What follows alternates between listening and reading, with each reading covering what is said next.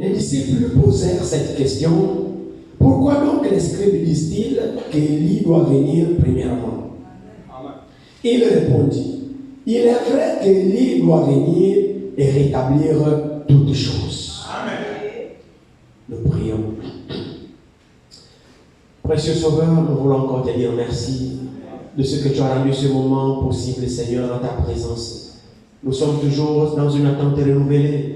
Lorsque tu nous accordes l'occasion de venir dans ta maison, Seigneur, pour t'adorer, te louer, nous sommes réellement en joie. Nous t'avons chanté, Seigneur, nous avons poussé des cris de joie à ton honneur. Maintenant, nous voulons nous rapprocher de ton trône de la grâce, Père. Nous savons que tu as tout créé par ta parole. Tu as tout fait par ta parole. Notre changement aussi, c'est par ta parole. Notre préparation, c'est par ta parole, Seigneur. Aussi, nous voulons la considérer ce matin. Dispose maintenant nos cœurs, mon Père. Ôte tout esprit de fatigue, de tièdeur, de distraction. Seigneur, que le Saint-Esprit maintenant puisse avoir le contrôle dans nos esprits, dans nos pensées. Soumets-nous à ton contrôle, mon Père. Que la salle soit remplie, bien-aimé, d'une attitude respectueuse devant ta présence, mon Père. Et que tu aies le contrôle dans nos pensées. Que tu éloignes la distraction. Que tu éloignes le sommeil, la lourdeur, la paresse, la mauvaise disposition, Seigneur. Prends le contrôle de chaque cœur, de chaque pensée, de chaque âme maintenant présent, Père. Je soumets l'auditoire à ton contrôle. Je soumets ces salles à ton contrôle. Dans le nom de Jésus, que le glorieux Saint-Esprit, mon Père, et la prééminence maintenant, alors que nous attendons à toi, Père. Bénis ta parole qui vient d'être lue. Accorde le contexte que le nôtre, Seigneur. Tu ne manqueras jamais de nous parler. Parle-nous encore ce matin. Alors que nous nous attendons à toi, Père. Notre cœur disposé, nos oreilles grandement ouvertes, Père. Ne manque pas de planter une parole par ton esprit dans chaque âme ce matin, afin de nous rapprocher de toi. Bénis mon frère, bénis ma soeur, bénis-nous de toi. Seigneur, puisses-tu venir encore m'aider ce matin? Cette assemblée est venue pour t'écouter. Seigneur, je ne connais rien. Il n'y a rien, mon sauveur. En moi, il n'y a rien. Je ne puisse rien donner à mon frère, à ma soeur. C'est pourquoi, Père, je désire m'abandonner en tes mots. C'est sur toi de ces lèvres humaines, Père. Parce que c'est ta loi. C'est toi qui as dit que tu parleras aux hommes au travers des autres hommes, Père. Je me soumets simplement entre tes mains. Que ta volonté s'efface ce matin pour ta gloire. Dans le nom de Jésus, nous te le demandons. Amen. Nous pouvons nous asseoir.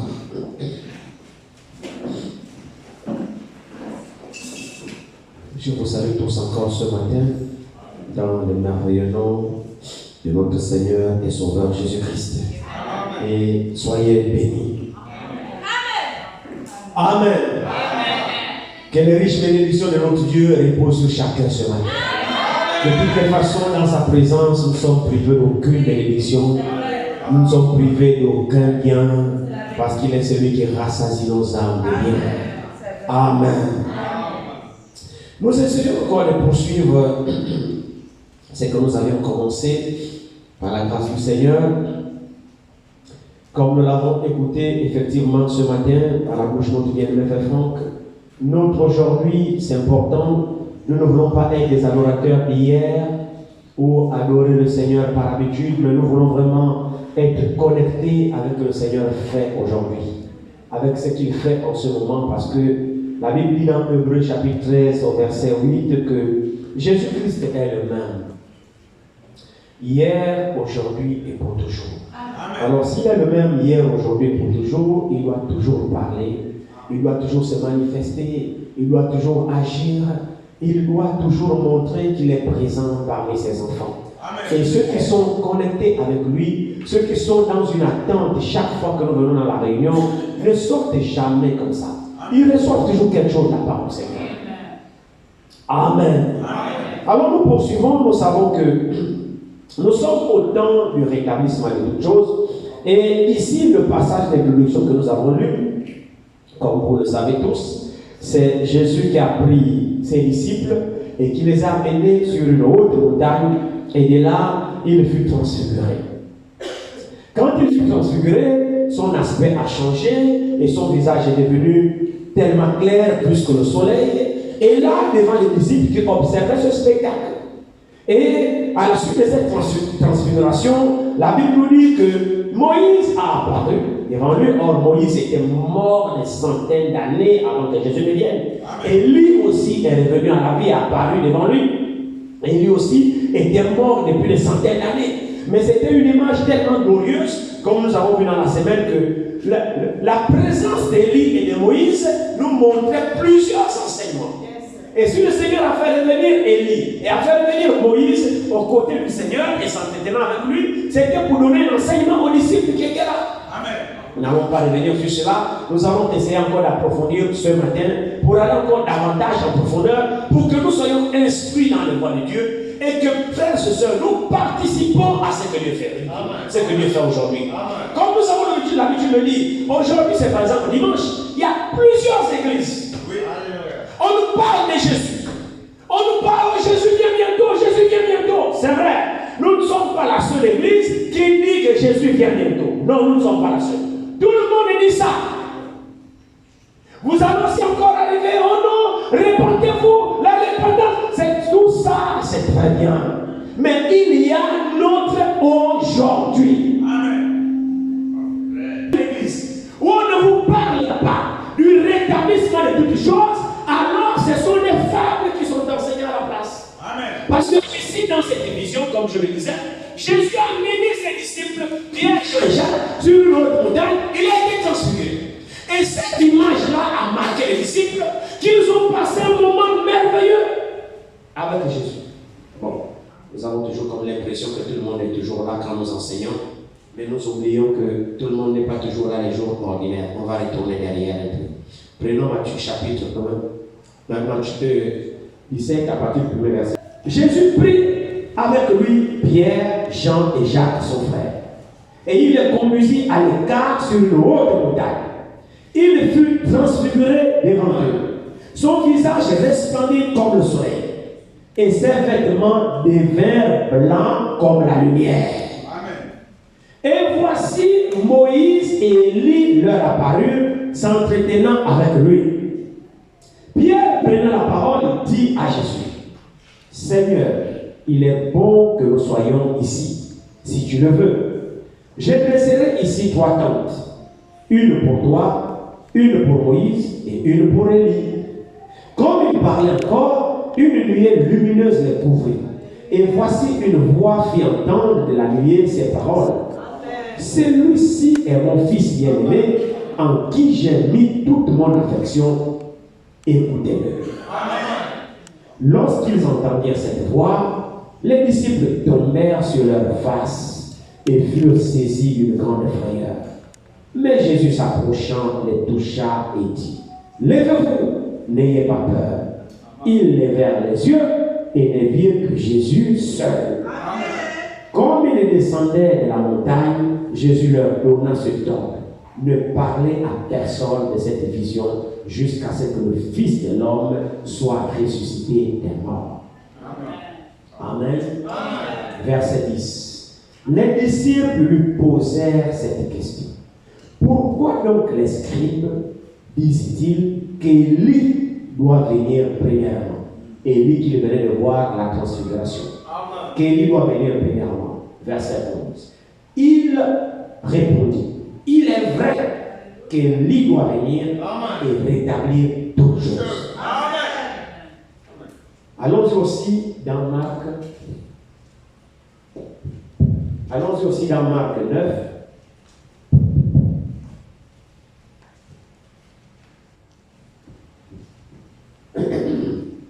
Verset 11 à 12 de Marc 9. Les disciples lui posèrent cette question. Pourquoi les scribes disent-ils qu'il faut qu'Élie vienne premièrement? Il leur répondit, Élie viendra premièrement et rétablira toutes choses. Amen. Amen. Les disciples posèrent la question à Jésus.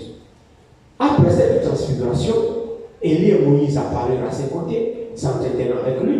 Alors Pierre a cru bon que dans cette vision-là, demeurant dans cette présence, je vais construire 3 églises.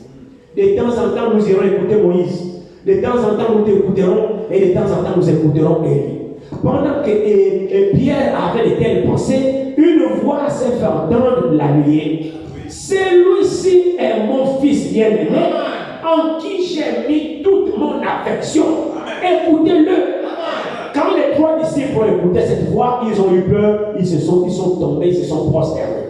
Jésus s'est approché, les a touchés tous les 3, et dit, n'ayez pas peur. levez-vous, ne craignez rien. Quand ils ouvrent les yeux, ils ne voient plus Élie, ils ne voient plus Moïse, ils ne voient que Jésus seul. Alors après cela, Jésus va leur dire, puisqu'il les a amenés spécialement sur une autre montagne pour leur montrer cette vision et redescendre. Donc après la vision, après l'expérience, ils sont redescendus. Ils ont laissé les autres apôtres. Il n'y a plus que 3 seuls. Il y en avait 12. Mais il n'y a plus que 3 pour leur faire vivre cette expérience. Et après cela, il est descendu avec les 3, il trouvait les autres. Et il va dire aux 3, il dit, gardez-vous, ne dites pas ce que vous avez vu jusqu'à la résurrection. Amen. Alléluia. Alléluia. Alors ils sont descendus avec cette vision dans la tête. Donc après que le Seigneur leur a donné cette recommandation, alors ils vont poser la question au maître, mais pourquoi alors les scribes et les pharisiens disent tout le temps, les entendons dire qu'Élie doit revenir, qu'Élie doit revenir, parce qu'ils venaient de voir Élie sur la transfiguration. Alors ils posent la question maintenant, nous entendons les scribes et les pharisiens dire qu'Élie doit venir. Jésus va répondre à celle-ci. Il dit, oui, il est vrai. Élie viendra premièrement et rétablira toutes choses. Alléluia. La vision montre quoi? Sur la montagne, qu'est-ce que le Seigneur a montré à celle-ci? Il leur montrait son retour en tant que roi. Parce qu'ici, il est écrit ici, regardez, il dit ici, regardez ici, premier verset de Matthieu 17. Je vais aller doucement parce que je veux que tout le monde comprenne ces choses. 6 jours après, non, prenons Matthieu 16 au verset 28. C'est là que nous devons comprendre ça. Verset 28 de Matthieu 16, donc le dernier verset de Matthieu 16. Il dit, je vous le dis en vérité, quelques-uns de ceux qui sont ici ne mourront point qu'ils n'aient vu le Seigneur, qu'ils n'aient vu le Fils de l'homme venir dans son règne. Amen. Donc là, c'est son retour en tant que roi. Quand on parle de règne, on parle du roi. C'est le roi qui est censé régner. Amen. Donc là, il parle de son retour. Maintenant, les disciples posent la question. Bon, si tu nous as montré ton règne, comment tu viendras? Mais nous entendons dire de la part des scribes qu'Élie viendra, Élie doit venir. Jésus alors va les expliquer. Il dit oui, c'est vrai. En d'autres termes, c'est que les scribes et les pharisiens disent, c'est ça la vérité. Élie doit venir.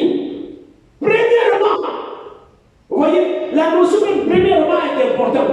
Parce qu'ici, il s'agit de son retour. Oui. Maintenant, il va dire non, c'est vrai, je dois revenir, c'est vrai. Mais avant que je revienne en d'autres termes, il faut qu'Élie vienne d'abord premièrement. Amen. Pour rétablir toutes choses. Amen. Mon frère, ma soeur, nous attendons le retour du Seigneur. Jésus est venu.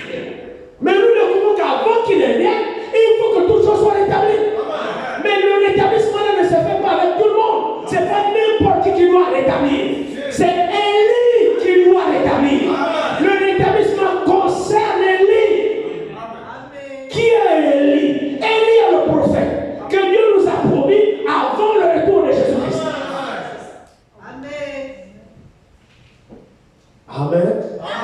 Si vous remarquez ici, allons-y dans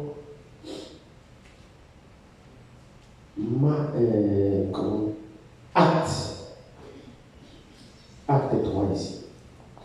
Que le Seigneur nous aide ce matin. Je m'aimerais vraiment foncer le clou dans ce que nous sommes en train de voir en ce moment. Mon avis, nous n'avons pas beaucoup de temps, mais que Dieu nous aide à nous préparer. Prenons Acte chapitre 3 ici.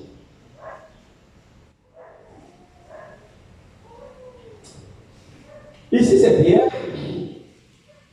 qui était l'un de ces témoins, qui avait assisté à cette vision-là, glorieuse, comment le Seigneur devait venir dans son règne. Pierre était témoin. Alors, Pierre a reçu effectivement le Saint-Esprit, comme nous le savons, le jour de la Pentecôte. Et le Seigneur a commencé à agir dans les apôtres, ainsi de suite.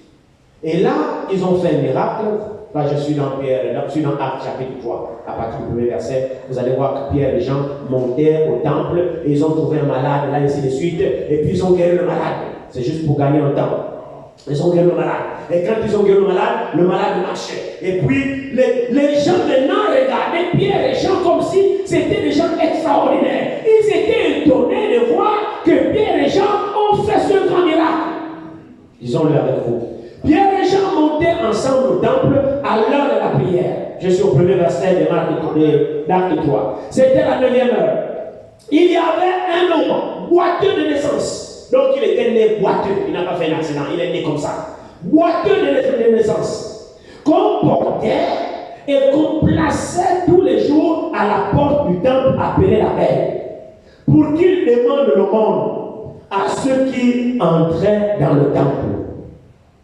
Cet homme voyant Pierre et Jean qui allaient entrer, leur demanda le monde, comme les mendiants qu'on a aujourd'hui. Je ne sais pas si vous voulez trouver ça plein dans les mosquées. Oui. Vous allez voir les mendiants qui sont toujours assis quand les fidèles rentrent, ils tendent la main, ils demandent le monde. Alors il y en avait un ici qui s'était mis aussi à l'entrée du temple de Jérusalem.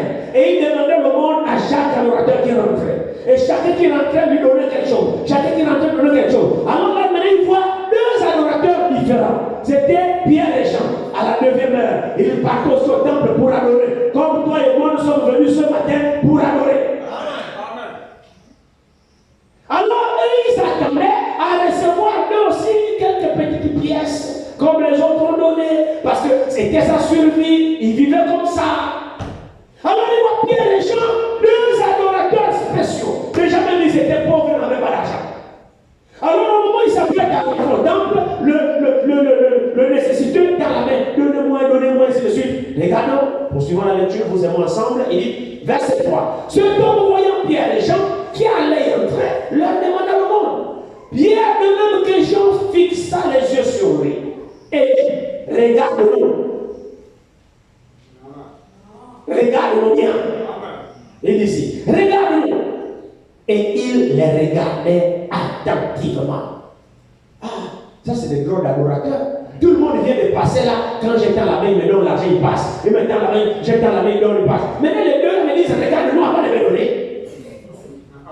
Ça c'est bien même que je ferais, ils étaient sérieux. Ils venaient au temple pour adorer. C'était des vrais croyants. Ils avaient l'expérience. Jésus vivait déjà en eux. Et quand ils sont venus au temple, ils ne venaient pas en tourisme. Ils ne venaient pas comme d'habitude. Ils venaient parce qu'ils savaient qu'ils venaient adorer leur Dieu. Et ce Dieu était déjà dans leur cœur. Ils possédaient déjà Jésus dans leur cœur. Souvenez-vous que juste acte 2, ils venaient fraîchement d'être remplis de cet esprit. Juste dans acte 2. Là maintenant nous sommes dans acte 3. Donc ils sont fraîchement scellés. Donc quand ils viennent au temple là, ils viennent avec de nouvelles dispositions. Ils ne viennent pas comme des pharisiens et des sadducéens. Alors quand Moïse s'apprête à rentrer, frère, où est Dieu? La puissance de Dieu court dans leur veine. Il s'arrête, il regarde le nécessité. Il dit, regarde-nous bien. Alors lui, il a attentionné, c'est tout le commandement. Frère, les deux disciples savaient sur quoi ils s'étaient là. Regarde-nous bien. Il le regarde attentivement. Regardez ici, regardez très bien. Pierre, même que Jean fixa les yeux sur lui et dit, regarde-nous. Et il le regarde attentivement, s'attendant à recevoir quelque chose d'eux. Alors Pierre lui dit, je n'ai ni argent ni or. Nous sommes pauvres. Je pêche personne. Je pêche mon fils. Je n'ai ni or ni argent. Je vois là, je n'ai rien. Regardez. Je n'ai ni or ni argent. Mais ce que j'ai, je te le donne. Il n'avait ni or, il n'avait ni argent, mais il possédait Jésus. Et c'est l'église là. Il n'avait ni argent, il n'avait ni or, mais il possédait Jésus. Bon, quand tu possèdes Jésus, tu as tout. Il dit ici, il dit, ce que j'ai, je te le donne.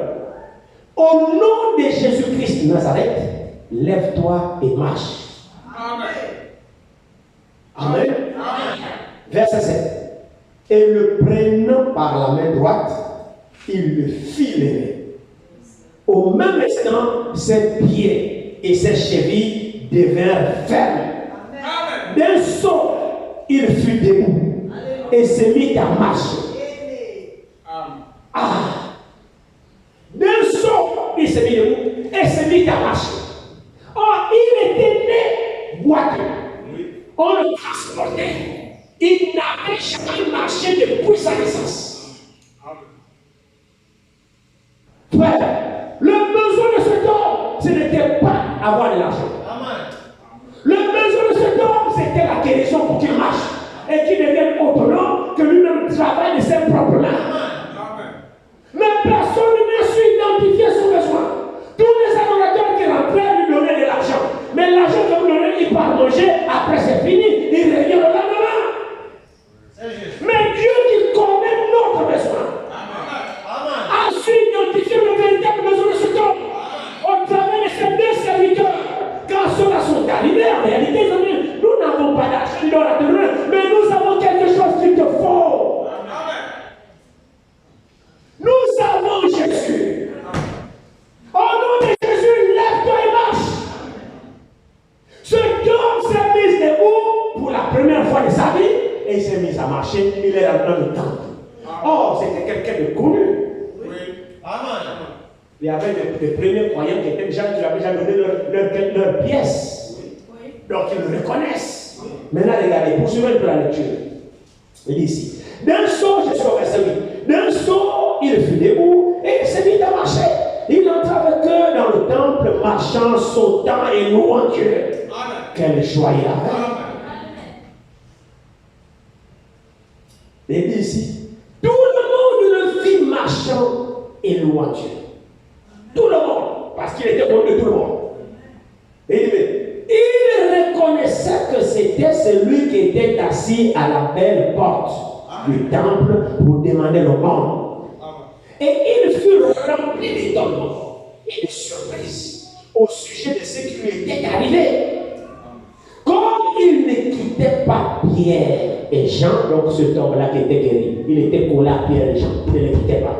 Comme il ne quittait pas Pierre et Jean, tout le peuple était accouru vers eux au portique dit de Salomon. Pierre, voyant cela, dit au peuple: Hommes israélites, pourquoi vous étonnez-vous de cela? Pourquoi avez-vous les regards fixés sur nous, comme si c'était par notre propre puissance ou par notre piété que nous avons fait marcher cet homme? Le Dieu d'Abraham, d'Isaac et de Jacob, le Dieu de nos pères, a glorifié son serviteur Jésus, que vous avez livré et renié devant Pilate, qui était David qu'on le relâche. Vous avez renié le saint et le juste, et vous avez demandé qu'on vous accorde la grâce d'un meurtrier. Vous avez fait mourir le prince de la vie, que Dieu a ressuscité des morts. Amen. Nous en sommes témoins. C'est par la foi en son nom que son nom a raffermi celui que vous voyez, entendez et connaissez. C'est la foi en celui, c'est la foi en lui qui a donné à cet homme cette entière guérison en présence de vous tous. Et maintenant, frère, je sais que vous avez agi par ignorance, ainsi que vos chefs. Mais Dieu a accompli de la sorte ce qu'il avait annoncé d'avance par la bouche de tous ces prophètes, que son Christ devait souffrir. Répandez-vous donc et convertissez-vous pour que vos péchés soient effacés, afin que les temps de rafraîchissement viennent de la part du Seigneur et qu'il envoie celui qui vous a été destiné, Jésus-Christ. Verset 21, que le ciel doit recevoir jusqu'au temps du rétablissement de toutes choses dont Dieu a parlé anciennement par la bouche de ces saints prophètes d'autrefois. Amen. Maintenant, j'ai besoin de votre attention. Ne soyez pas distrait. Amen. C'est Pierre ici qui parle de l'établissement. Après qu'ils aient fait ce miracle, ils ont guéri cet homme par la puissance du nom de Jésus. La foule était étonnée de voir que non, mais Pierre dit non, c'est pas nous. Amen. Un serviteur de Dieu ne se glorifie jamais. Amen. Un serviteur de Dieu dit, mais là, moi, si c'est pas moi, non. Si vous voyez des gens comme ça, frère, il n'y a pas de dedans. C'est faux. Amen.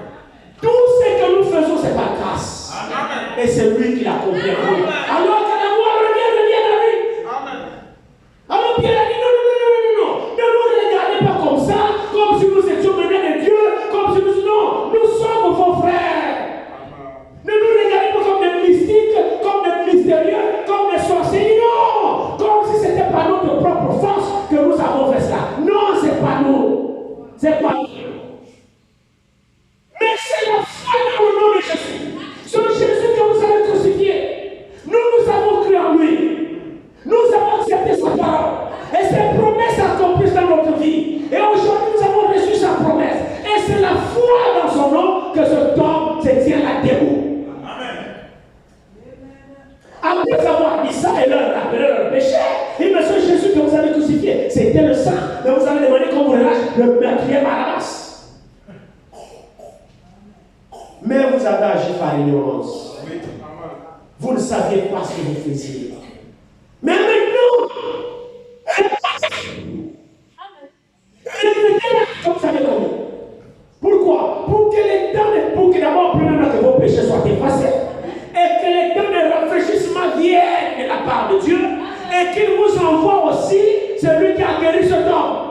Parce qu'il vous a été destiné aussi à vous. Vous devez le recevoir. Et après cela, il dit, ce Jésus-là, qui vous a été destiné là, restera au ciel jusqu'au temps du rétablissement de toutes choses. Pierre a dans son esprit ce que le Seigneur lui a dit de la descente de la transfiguration. Que lui viendra, premièrement, il rétablira toutes choses. Donc Pierre ici, ayant le Saint-Esprit, dans sa première prédication, il parle de ce rétablissement. Est-ce que l'Église est avec moi? C'est pourquoi quand vous continuez encore, vous voulez que nous partons dans l'épître de 1 Pierre.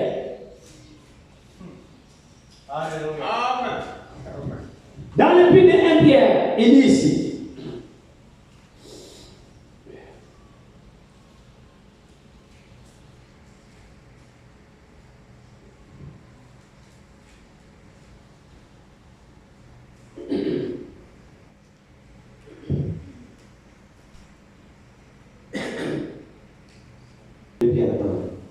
Excusez-moi, je suis bourré, aidez-moi. 2 Pierre 1 ici, regardez ce que l'apôtre dit. Donc, avec cette pensée dans son esprit du rétablissement et du retour du Seigneur, Pierre alors nous dit ici, commençons au verset 11 de 2 Pierre 1 à partir du verset 11. Il dit, c'est ainsi en effet que l'entrée dans le royaume éternel de notre Dieu, de notre Seigneur et Sauveur Jésus-Christ, vous sera largement accordée. Voilà pourquoi je prendrai soin de vous rappeler ces choses, bien que vous les sachiez et que vous soyez affermis dans la vérité présente. Pas la vérité d'hier, mais dans la vérité présente. Frère, circuler à des gens qui dorment, qui sont morts là. Je suis au verset 13. Et je regarde combien de voir, aussi longtemps que je suis dans cette tente, de vous tenir en éveil par des avertissements. Car je sais que je la quitterai subitement, ainsi que le Seigneur Jésus-Christ me l'a fait connaître. Verset 15. Mais j'aurai soin qu'après mon départ, vous puissiez toujours vous souvenir de ces choses. Toutes ces choses que nous vous avons dites. Ne les oubliez pas. Verset 16. Il dit, ce n'est pas en effet en suivant des fables habilement conçues que nous vous avons fait connaître la puissance et l'avènement de notre Dieu, notre Seigneur Jésus-Christ. Mais c'est comme ayant vu sa majesté de nos propres yeux que car il a reçu de Dieu le Père honneur et gloire. Quand la gloire magnifique lui fit entendre une voix qui disait, celui-ci est mon fils bien-aimé en qui j'ai mis toute mon affection. Et nous avons entendu cette voix venant du ciel lorsque nous étions avec lui sur la sainte montagne. Donc pour Pierre ici est en train de dire, nous ne vous annonçons pas le retour du Seigneur avec les fables. Or, les fables, c'est quoi? Les fables, ce sont des histoires que les prédicateurs, les pasteurs qui vous racontent, qui n'ont pas un fondement dans la Bible. Des inventions, la connaissance du séminaire, la théologie, qui n'a rien à voir avec la parole de Dieu. Alors, Pierre dit, c'est pas avec des fables, c'est pas en vous racontant des histoires que nous vous parlons de l'avènement du Seigneur. Mais c'est comme ayant vu sa majesté. Nous étions là avec lui. Lorsqu'il a été transfiguré, nous savons qu'il viendra dans sa gloire. Et après cela, il nous a dit qu'avant son retour, il aura élu qui rétablira tout chose. Donc, ce n'est pas avec des fables que nous vous enseignons. Nous sommes des vrais témoins. Nous savons ce que nous vous disons. Donc, Pierre, dans Actes chapitre 3, quand il prêche, il dit, vous avez crucifié Jésus, maintenant répondez-vous, afin que le temps de rafraîchissement vienne. Car Jésus-Christ restera au ciel, le ciel doit le recevoir, jusqu'au temps du rétablissement de toutes choses. Jésus a parlé du rétablissement, les apôtres ont parlé du rétablissement. Alors c'est absolument important. Si nous disons que nous attendons le retour du Seigneur, mais comment ce retour se fera-t-il? Pas dans le désordre. Il faut le rétablissement. Et pour le rétablissement, Dieu a utilisé l'esprit d'Élie. Élie, c'est celui qui est chargé de rétablir toutes choses selon la parole de Dieu. Et vendredi, nous avions vu que Élie, l'esprit d'Élie, se manifestera 5 fois sur la terre. Amen. Premièrement, dans Élie le Tishbite. Nous allons y revenir tout à l'heure pour voir comment il avait rétabli. Premièrement, dans Élie le Tishbite. Vous le trouvez dans 1 roi au chapitre 8. 1 roi 1, chapitre 8, verset 8. Vous trouvez Élie le Tishbite. Et ensuite, c'est la première fois qu'Élie est venu. La deuxième fois qu'Élie, l'esprit d'Élie est venu, c'était maintenant dans Élisée, qui était le disciple d'Élie le Tishbite. Élisée, c'était le disciple d'Élie. Il fut aussi prophète et il avait l'esprit d'Élie. Parce qu'avant qu'Élie ne soit enlevé vivant, il n'est pas mort, il a été enlevé, il a demandé à Élisée, qu'est-ce que tu veux? Élisée, son disciple, lui a dit, je veux la double portion de ton esprit. Donc l'esprit qui est sur toi là, je veux 2 fois ça. Alors Élie lui a dit, si tu me vois partir, alors Dieu recevra. Élisée a collé Élie comme ça, jusqu'à ce qu'Élisée a été enlevé par un char de feu, il a séparé le disciple de son maître. Et Élisée qui était resté avait aussi l'esprit d'Élie. Là, vous pouvez le trouver dans 2 Rois, chapitre 1, verset 15. La Bible dit qu'Élisée avait aussi l'esprit d'Élie. On n'a plus de temps, il est midi passé. Je veux bien vous amener dans les Écritures, mais si aussi que c'est pour gagner du temps. Pour que vous compreniez que Élisée était aussi un Élie. On a lu ça vendredi, non? Ok, on va le relire aussi pour les autres, pour que nous soyons tous ensemble. Prenons 2 Rois.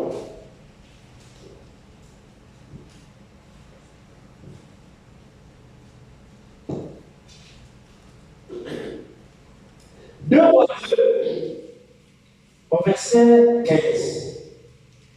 Commençons au verset 12 de 2 Rois chapitre 2. Élisée regardait et criait quand son maître a été enlevé.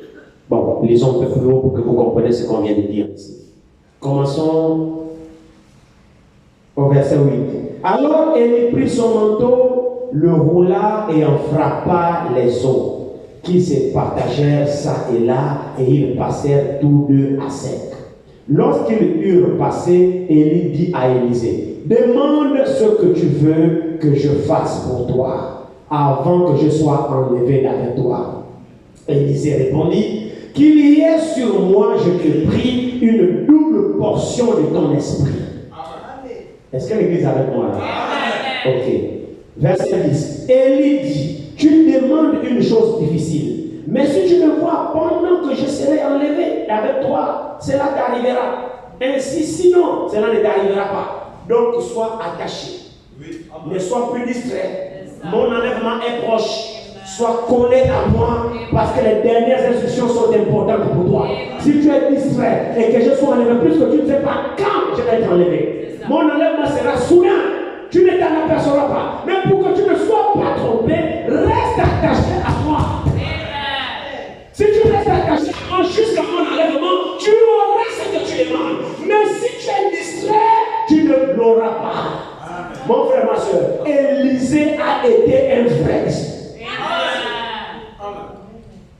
Même quand le fils de prophète voulait le gratuiter, oh, est-ce que tu sais que ton père sera enlevé aujourd'hui? Il dit, je sais que c'est vous.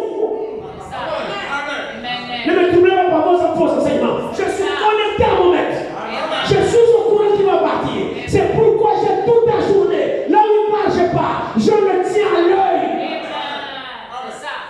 Frère, si vous voulez mon avis, c'est comme ça que le chrétien doit être aujourd'hui. Il doit être connu au mouvement de l'esprit. Que celui qui a les oreilles écoute ce que l'esprit dit à l'église.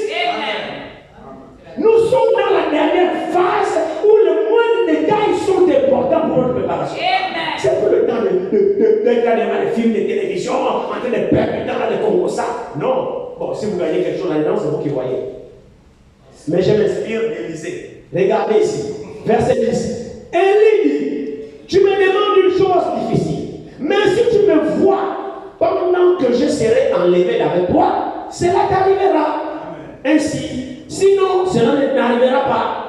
Comme il continuait à marcher en parlant, voici un char de feu et des chevaux de feu les séparèrent l'un de l'autre.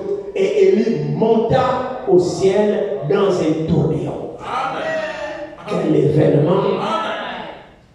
Élisée a vu. La condition de recevoir ce qu'il a demandé, c'était de voir cet événement. Élisée a vu. Maintenant, poursuivons la suite. Verset 12. Élisée regardait et criait. Donc, il regardait au ciel comment son maître partait dans les chars de feu. Élisée regardait et criait, mon père, char d'Israël et sa cavalerie. Et il ne le vit plus. Saisissant alors ses vêtements, il les déchira en 2 morceaux. Et il releva le manteau qu'Élie avait laissé tomber. Puis il retourna et s'arrêta au bord du Jourdain. Le même Jourdain qu'Élisée venait de fendre, ils ont traversé à sec tous les deux. Maintenant le Jourdain s'est refermé. Ils étaient maintenant de l'autre côté du Jourdain. C'est de l'autre côté du Jourdain où Élie a été enlevé. Maintenant quand Élie est parti, le Jourdain était encore fermé, c'était un grand fleuve. Maintenant il faut qu'Élisée retourne en arrière. Alors il a pris le manteau de son maître.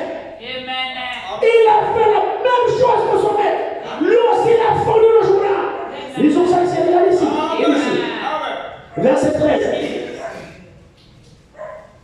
Et il releva le manteau qu'Élie avait laissé tomber. Puis il retourna et s'arrêta au bord du Jourdain, comme le fit Élie. Il prit le manteau qu'Élie avait laissé tomber. Et il en frappa les eaux. Et dit, où est l'Éternel, le Dieu d'Élie? Point d'interrogation. Vous avez aussi besoin de lui, non? Mais nous tous, nous avons besoin de ce même Dieu-là. Frère, nous ne sommes pas là comme les branamistes qui se consolent d'une photo. On ne veut pas la photo. On veut le vrai Dieu d'Élie. Élisée, c'est ce type de disciple. Il ne s'est pas contenté de l'image qui est partie. Non! Quand le maître est parti, il a pris le manteau. Il a dit, où est le Dieu d'Élie? Je veux aussi le voir. Pas les photos derrière la chair, on s'agenouille devant les photos. Non, monsieur. Amen. Qui a jamais froid et se réchauffe devant le feu dans la photo? Devant une peinture de photo, tu as froid, tu vois la peinture là, le feu qu'on a laissé. Un beau dessin qui ressemble vraiment aux flammes, mais tu as froid, tu viens devant la photo. Est-ce que. Jamais. Il dit ici, il dit. Il prit le manteau qu'Élie avait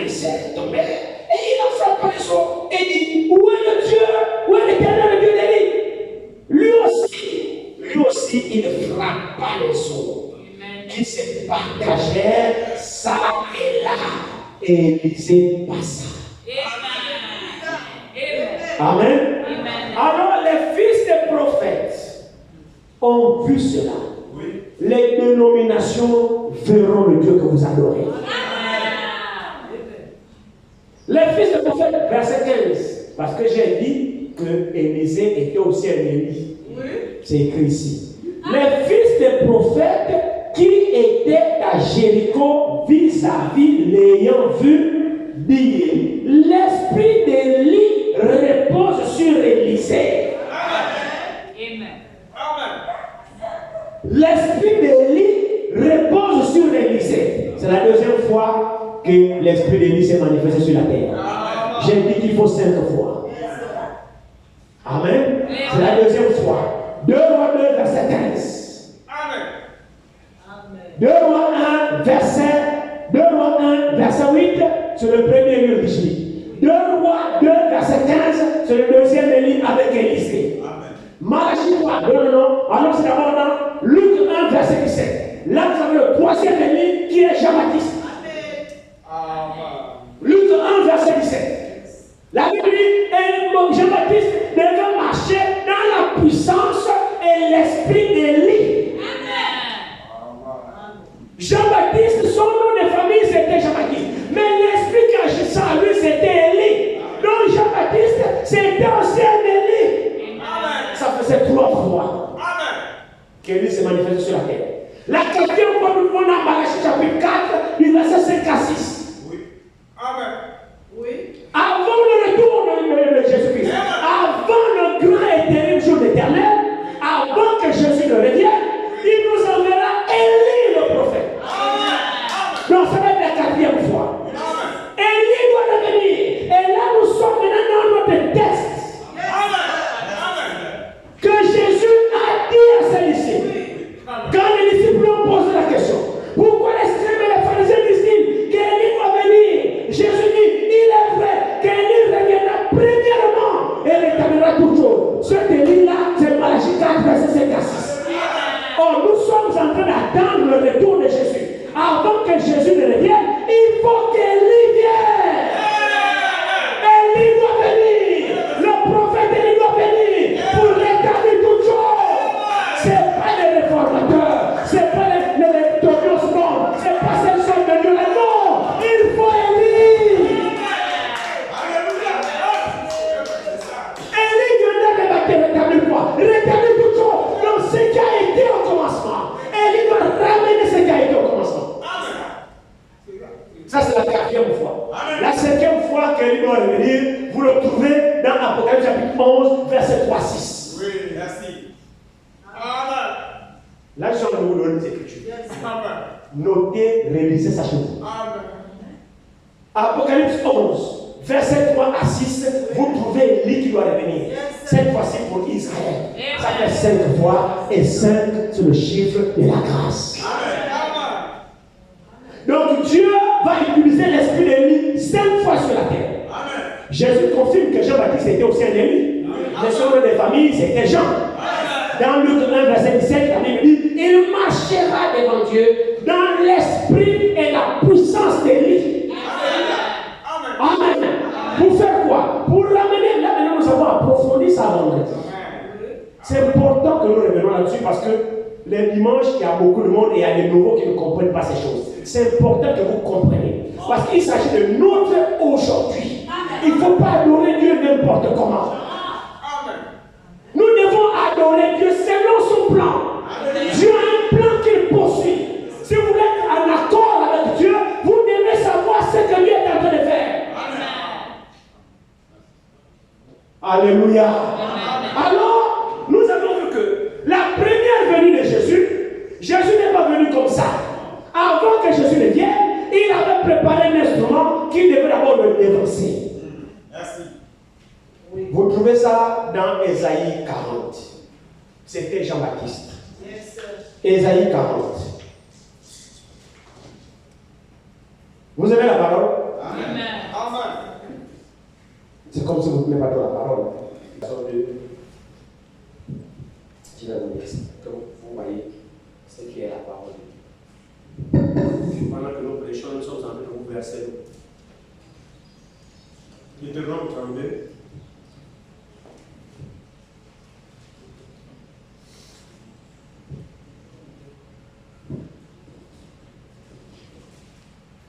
Voyez, la Bible dit ici,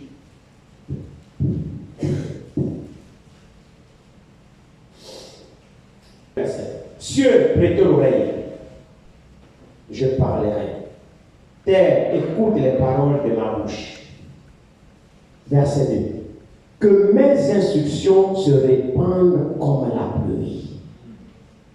Que ma parole tombe comme la rosée. Comme des ondées sur la verdure, comme des gouttes d'eau sur l'herbe. Donc en fait, quand on prêche, on est en train de verser l'eau, qui est la parole de Dieu. Alors vous devez la recevoir. C'est pourquoi aimez quand on vous lit la parole. Que cela ne vous fatigue pas. Amen. Il y a une bénédiction pour ceux qui écoutent. Amen. Alors ici, retournons rapidement à Ésaïe 40. On va avec vous de l'Ancien au Nouveau Testament, du Nouveau Testament à l'Ancien Testament. C'est comme ça que l'enseignement scripturel est basé. Pour que vous soyez sûr que ce n'est pas l'enseignement de la théorie, ce n'est pas la théologie qu'on vous donne, mais ce sont des écritures que vous pouvez vérifier chez vous. Dans Ésaïe 40, concernant la première venue de Jésus, Dieu a annoncé un précurseur, quelqu'un qui devait venir avant que Jésus ne vienne. Et ce jour est appelé le jour de la grâce. Ésaïe 40, verset 3 nous dit ceci. Préparez au désert le chemin de l'Éternel. Aplanissez dans les lieux arides une route pour notre Dieu. Que toute vallée soit exaucée, que toute montagne et que toute colline soit abaissée, que le coteau se change en plaine et les défilés étroits en vallon. Alors la gloire d'Éternel sera révélée. Et au même instant, toute chair la verra, car la bouche d'Éternel a parlé. Vous savez la prophétie d'Ésaïe au chapitre 3. Allons-y dans Marc 1.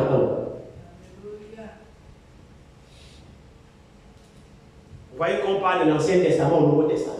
Le Nouveau Testament, on retourne dans l'Ancien Testament. Vous voulez qu'on vous amène dans les fables? Pierre a dit que ce n'est pas en suivant les fables, habilement conçues, que nous vous avons fait connaître l'avènement du Seigneur. Non! Nous devons faire connaître l'avènement du Seigneur sur la base de sa parole et sur la base de ses promesses.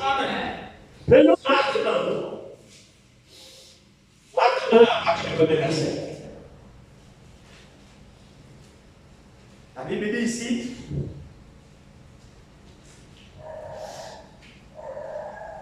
commencement de l'évangile de Jésus-Christ, Fils de Dieu, selon ce qui est écrit dans Ésaïe le prophète. Voici, j'envoie devant toi mon messager, qui préparera ton chemin. C'est la voix de celui qui crie dans le désert. Préparez le chemin du Seigneur, aplanissez ses sentiers. Amen. Alors la voix qui criait dans le désert, c'était qui? Verset 4. Jean baptisant dans le désert et prêchant le baptême de repentance pour le pardon des péchés. Donc la voix qui avait été annoncée dans Ésaïe a trouvé son accomplissement dans le prophète de Jean-Baptiste. Dieu l'avait annoncé qu'avant que le Messie vienne pour sauver l'homme, il devait envoyer un messager qui devait préparer l'avènement du Messie. C'est donc qu'il était dit, voici j'envoie mon messager devant ma face pour préparer mon chemin. Et Jean-Baptiste était ce messager-là. Et Jésus dit, Jean-Baptiste était un Élie aussi. Parce qu'à sa naissance, son père Zacharie, l'ange l'a visité Gabriel. On dit que ta femme Élisabeth sera enceinte. Et l'enfant qui naîtrait sera aussi Élie. Il ne boira ni vin ni liqueur. Il ne veut pas se souiller. Dieu l'utilisera puissamment. Il sera rempli de l'Esprit de Dieu dans le sein de sa mère. Et il marchera dans l'esprit et la puissance d'Élie. Là, nous sommes dans Luc 1, du verset 16 au verset 17. Pour ramener le cœur des pères vers les enfants et de remettre la sagesse juste, nous avons expliqué cela clairement vendredi. Donc Jean-Baptiste, qui était l'envoyé de Dieu, qui a préparé le terrain pour que Jésus vienne. Or, le jour de Jésus fut appelé le jour de la grâce. Amen. Le jour de Jésus fut appelé le jour du salut. C'est dans Ésaïe 61. Allons-y dans Ésaïe 61.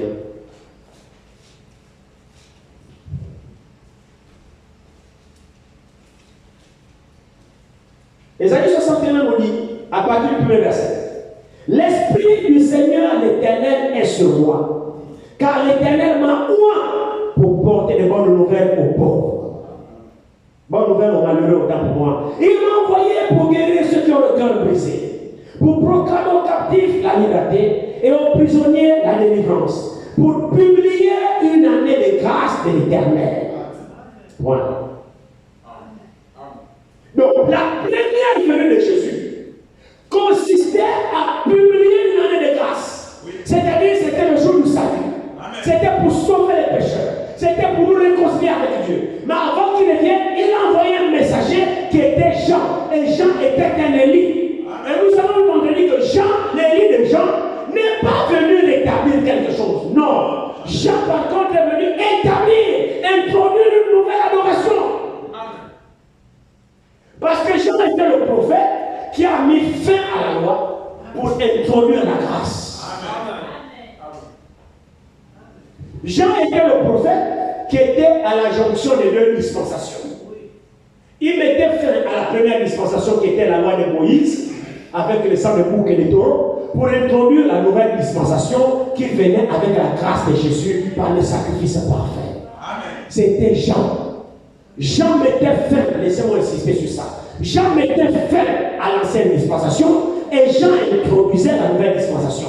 C'est pourquoi dans Luc chapitre 1 au verset 17, la Bible dit qu'il ramènera le cœur des pères vers les enfants. Jean ramènera le cœur des pères vers les enfants. Ça veut dire quoi? Ça veut dire que Jean qui est venu à la fin de la dispensation de la loi pour introduire la grâce, alors Jean est venu tourner le cœur des pères dans la loi, c'est-à-dire des scribes et des pharisiens, les patriarches qui adoraient Dieu selon l'usage de la loi de Moïse. Amen.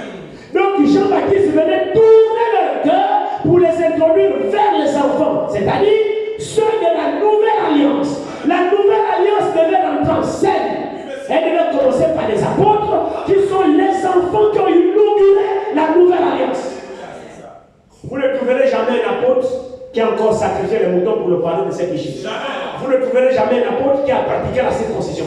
Tout ça, c'était des pratiques de la loi. Amen. Donc, Jean-Baptiste parlait au Père pour dire laissez tomber la loi de Moïse. C'est pour cette raison qu'à la transfiguration, Moïse apparaît, Élie apparaît. Alléluia. Et quand Pierre disait de temps en temps, on va écouter Moïse qui représentait la loi.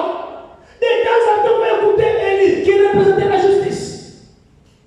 Vous pouvez lire cela dans 2 Pierre, dans 2 Rois 1. 2 Rois 1 que nous avons lu ici.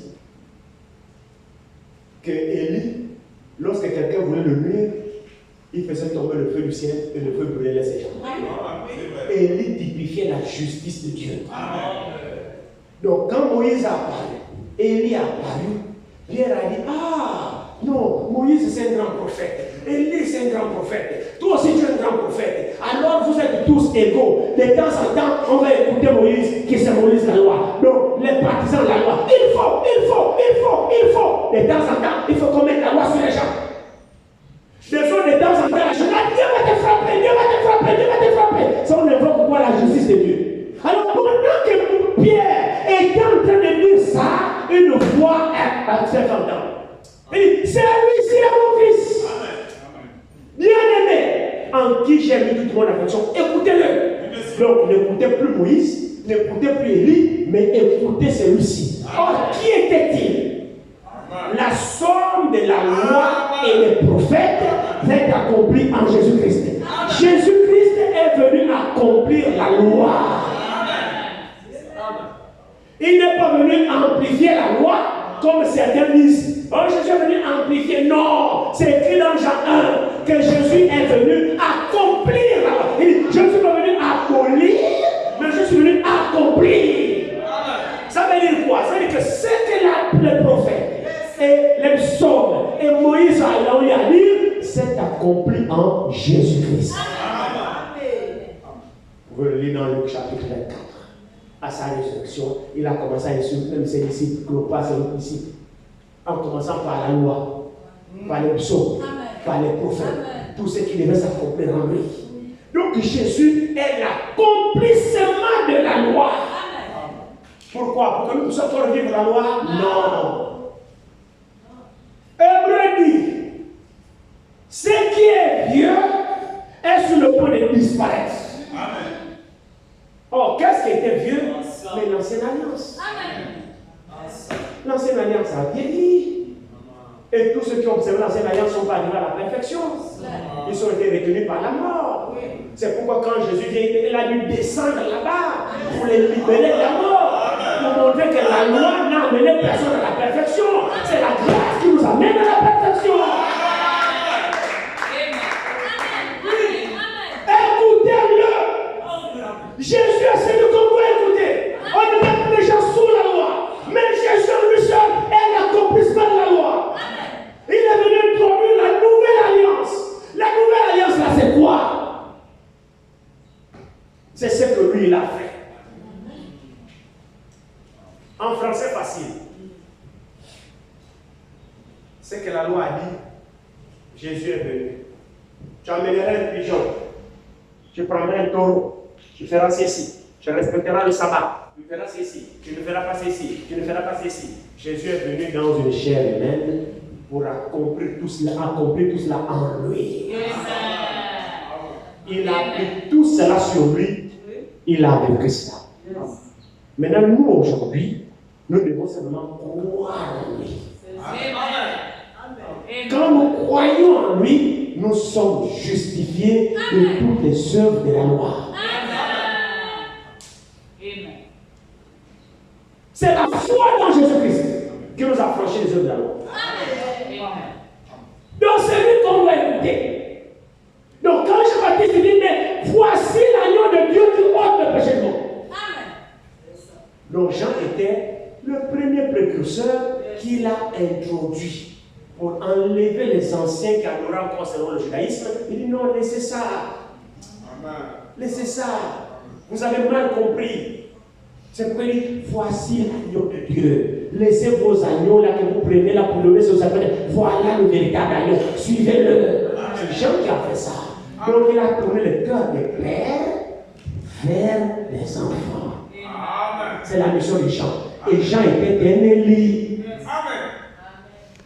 Donc Jean ici était le premier précurseur de la venue de Jésus-Christ. Il a introduit la nouvelle alliance. Mais Jésus dit à ses disciples, Élie a venu premièrement et rétablit toutes choses. Ce Élie dont Jésus parle n'est pas Jean-Baptiste. C'est pourquoi les dénominations n'ont pas compris. Oui, monsieur. Retournons rapidement dans Matthieu 17. 11. Verset 10 à 11 de Matthieu 17. Les disciples lui posaient cette question. Pourquoi donc les scribes disent-ils qu'Élie doit venir premièrement? Verset 11. Il répondit, il est vrai qu'Élie doit venir et rétablir toutes choses. Verset 12. Mais je vous dis qu'Élie est déjà venu, qu'ils ne l'ont pas reconnu. Et qu'ils l'ont traité comme ils ont voulu. De même, le Fils de l'homme souffrira de leur part. Les disciples comprirent alors qu'il leur parlait de Jean-Baptiste. Amen. Amen. C'est là où vous trouvez les églises, les dénominations se casser les dents. Oh voilà, Jésus a dit, l'Élie là, ouais, c'est pas Branham l'Élie. Voilà, Jésus a dit que l'Élie là, c'est Jean-Baptiste. Non, doucement. Oui. Amen. Comprenez bien les choses. Même les disciples, leur compréhension était erronée. Oui. C'est vrai? Oui.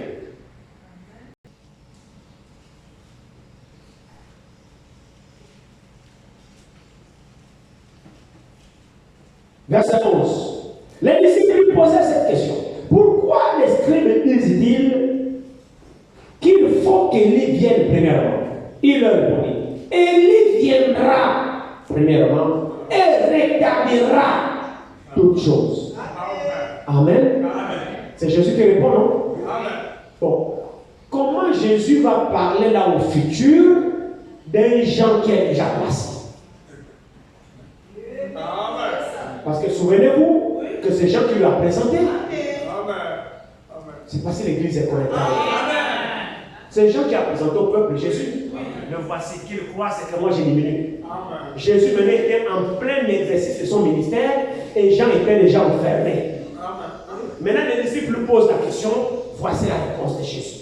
Je reprends cela, Marc 9, verset 9. Il répondit, Élie viendra. Où? Au futur. Amen. Premièrement, elle rétablira toutes choses. Comment? Il pouvait carrément dire que non. Élie, quand on avait annoncé qu'il viendra, est déjà venu et puis il n'y aura plus d'Élie. Et puis, comme je le disais, Jean-Baptiste n'a rien rétabli. Quand on parle de rétablissement, on parle que quelque chose a d'abord existé, on a détruit, maintenant on vient rétablir. Or, Jean-Baptiste ne vient pas rétablir, il vient par contre au contraire introduire une nouvelle adoration. Jean-Baptiste vient établir la nouvelle alliance. Et il vient sortir les gens de la loi pour les introduire dans la nouvelle alliance. Jean-Baptiste ne rétablit rien, au contraire, il établit la nouvelle adoration. Mais Jésus dit qu'Élie viendra premièrement et rétablira toutes choses.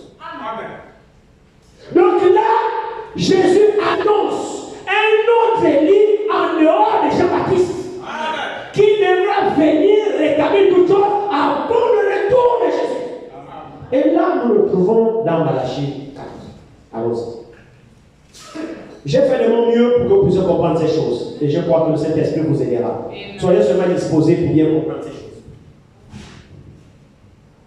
Malachie chapitre 4, le dernier livre de l'Ancien Testament.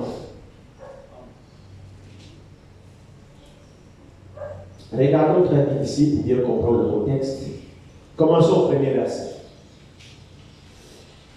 Car voici le jour vient. Quel est ce jour? Ardent comme une fournaise. Tous les hautains et tous les méchants seront comme du chaume. Le jour qui vient les embrasera, dit l'Éternel des armées. Il ne leur laissera ni racines ni rameaux. Mais pour vous qui craignez mon nom, s'élèvera le soleil de la justice, et la guérison sera sous vos ailes, sous ses ailes. Vous sortirez et vous foulerez. Vous sortirez comme des veaux d'une étable, et vous foulerez les méchants, car ils seront comme de la cendre sur la plante de vos pieds. Au jour que je prépare, dit l'Éternel des armées. Nous savons que quand Jésus est venu, ce jour ne s'est pas produit. Nous avons toujours des méchants avec nous ici. Et dit, maintenant verset 4. Souvenez-vous de la loi de Moïse, mon serviteur, auquel j'ai prescrit en horaire pour tout Israël, des préceptes et des ordonnances. Verset 5. Voici, je vous enverrai Élie, le prophète. Amen. Quand, avant que le jour de l'Éternel arrive, ce jour grand et redoutable, ça c'est le jour du jugement. Amen. Mais vous êtes d'accord avec moi que nous sommes encore au jour de la grâce. Amen. Quand Jean-Baptiste est venu depuis. C'est vrai, non? Amen. Jean-Baptiste est venu depuis. Quand Jean-Baptiste a fini, le jugement est tombé sur la terre. Au contraire, nous découvrons qu'après la prédication de Jean-Baptiste, c'est la grâce qui est rentrée. C'est Jésus qui est rentré en scène pour le pardon de nos péchés. Il n'a jugé personne, il n'a condamné personne. Et ce temps-là continue jusqu'aujourd'hui. Maintenant, nous sommes à la fin du temps de la grâce. C'est nous qui sommes maintenant à l'approche du jour du jugement. Nous attendons le retour de Jésus. Il dit ici, ce jour de la résultat, verset 6, il ramènera ramènera donc Élie le prophète, là, je réponds le verset 5. Voici, je vous enverrai Élie le prophète avant le jour de l'Éternel, avant que le jour de l'Éternel arrive. Ce jour grand et redoutable. Élie fera quoi? Verset 6. Il ramènera le cœur des pères à leurs enfants. Amen. Vous trouverez cet accomplissement-là dans Luc 1 au verset 17. Je vais lire ça avec vous. Nous avons fait tout cela dans la semaine. Nous sommes obligés de revenir pour que nous soyons tous au même niveau de connaissance. Luc 1, verset 17. Voyez ici ce qui est écrit ici. Il marchera devant Dieu avec l'esprit et la puissance d'Élie. Pour faire quoi? Pour ramener les cœurs des pères vers les enfants. Vous trouvez ça? Gardez toujours les deux pages, Malachie 4 et Luc 1. Nous allons faire la comparaison pour que vous voyez comment l'écriture s'accomplit. Je relis Luc 1, verset 17, première partie. Il dit, il marchera devant Dieu avec l'esprit et la puissance d'Élie. Il s'agit de Jean-Baptiste. Pour faire quoi? Pour ramener le cœur des pères vers les enfants et les rebelles à la sagesse des justes, afin de préparer au Seigneur un peuple bien disposé. Là-dedans, il n'y a pas de jour de vengeance. Je ne sais pas si l'église est connectée. Là-dedans, il n'y a pas de jour de vengeance. Et ici, il s'agit de Jean-Baptiste. À la naissance de Jean-Baptiste, l'ange Gabriel, dit à son père Zacharie la mission que Jean, son fils, viendra faire. Amen. Gabriel dit à Zacharie que ton enfant Jean qui va venir là, il marchera devant Dieu avec la puissance et l'esprit d'Élie. Et sa mission sera de ramener le cœur des pères vers les enfants. Et de rebelles à la sagesse des justes. Et nous trouvons ça dans Malachie chapitre 4 au verset 6, première partie. Amen. Il dit ici, il ramènera le cœur des pères vers leurs enfants. Ça, c'est Jean qui l'a fait. Amen. Amen. Maintenant, ici, nous continuons Malachie 4, verset 6, deuxième partie. Il ramènera le cœur des pères vers les enfants et le cœur des enfants à leur père. Ça, Jean-Baptiste n'a pas fait. Amen. Jean s'est arrêté seulement à ramener le cœur des pères vers les enfants. Amen. Or, Élie doit ramener le cœur des pères vers les enfants et le cœur des enfants vers les pères. Amen. Or, Jean n'a fait que l'aller, il n'a pas fait le retour. C'est un verset aller-retour. Est-ce que l'église me suit là? Amen. Jean a fait l'aller, donc il a ramené le cœur des pères vers les enfants. Mais le retour dit et les enfants vers les pères. Or, Jean dans sa prophétie n'a pas accompli le retour. Amen. La deuxième partie de Malachie 6, Malachie 4, verset 6, la deuxième partie du verset 6, donc ramener le cœur des enfants vers les pères, ça Jean l'a pas fait. Or, il faut que ça soit Élie. Donc, ici, vous trouvez un autre Élie en dehors de Jean-Baptiste qui va maintenant faire l'inverse, ramener le cœur des enfants vers les pères. Comme nous avons expliqué qui sont les pères et qui sont les enfants que Jean-Baptiste ramène le cœur. Nous avons expliqué que les pères que Jean-Baptiste a ramené le cœur, c'était les pères de la loi qui adoraient selon le judaïsme. Ce sont ces pères-là que Jean ramenait leur cœur à la nouvelle adoration par la grâce de Jésus-Christ. Donc Jean devait leur dire, laissez vos moutons, laissez vos pigeons, voici le vrai sang. C'est lui qui a péché le monde, le pardon de Christ. Non, la nouvelle adoration, la loi a pris fin. Jean 1. Prenons Jean 1.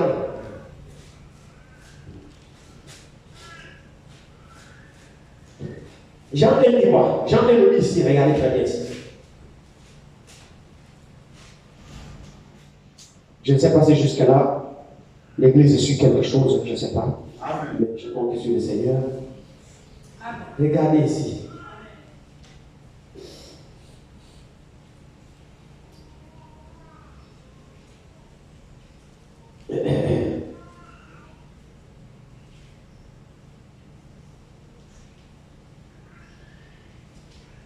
Vous voyez, Jean 1, commençons au verset 18. Personne n'a jamais vu Dieu.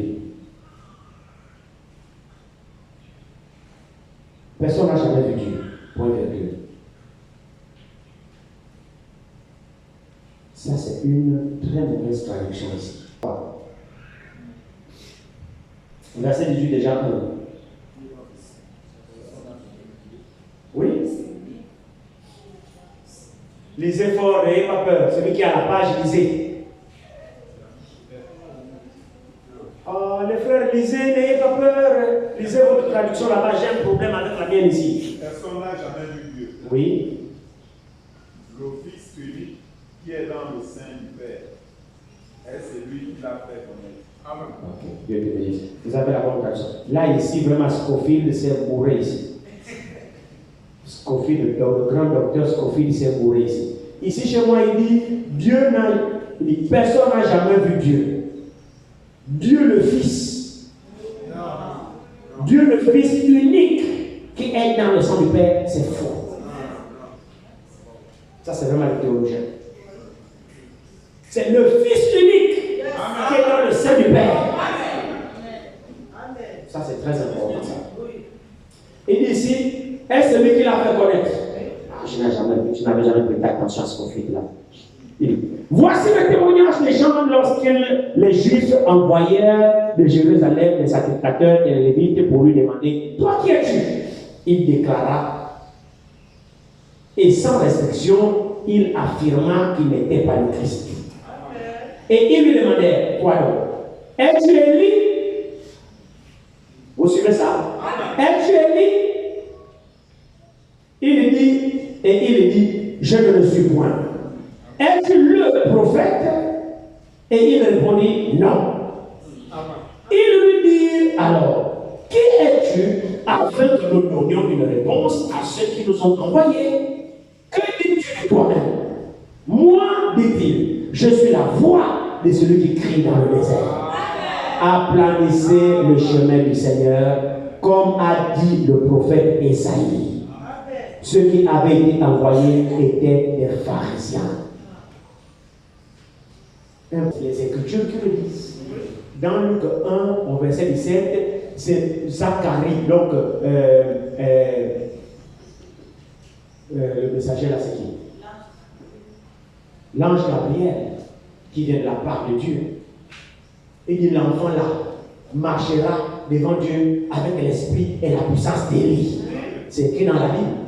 Maintenant, on demande à Jean-Baptiste lui-même, es-tu Élie? Jean dit, non, je ne suis pas Élie. Maintenant là, est-ce que Jean mentit? Non.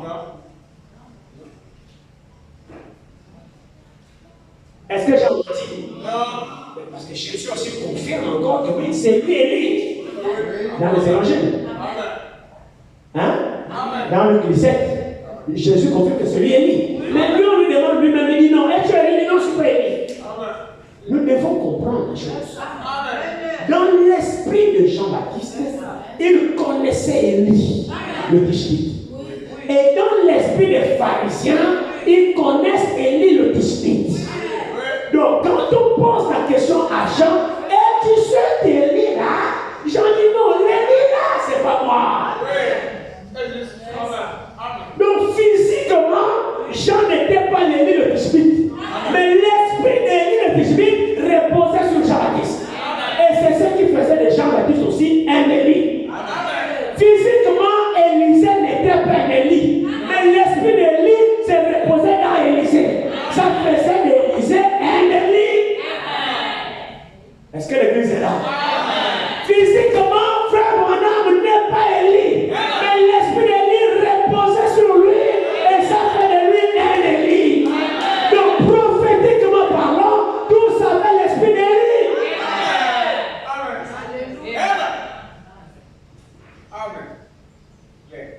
Donc, Élie doit venir pour rétablir toutes choses. Maintenant, nous tirons à notre fin, répartons rapidement dans un roi pour voir comment le premier Élie avait rétabli. Nous allons tirer notre conclusion. Nous avons lu toutes ces choses-là dimanche et vendredi. Un roi 1 Roi 18.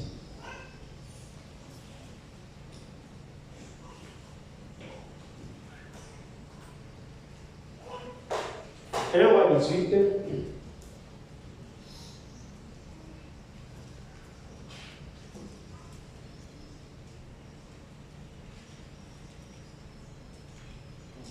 Un Roi 18, commençons à partir du verset 1 pour aller vite. Akab envoya des messagers vers tous les enfants d'Israël, et il rassembla les prophètes à la montagne du Carmel.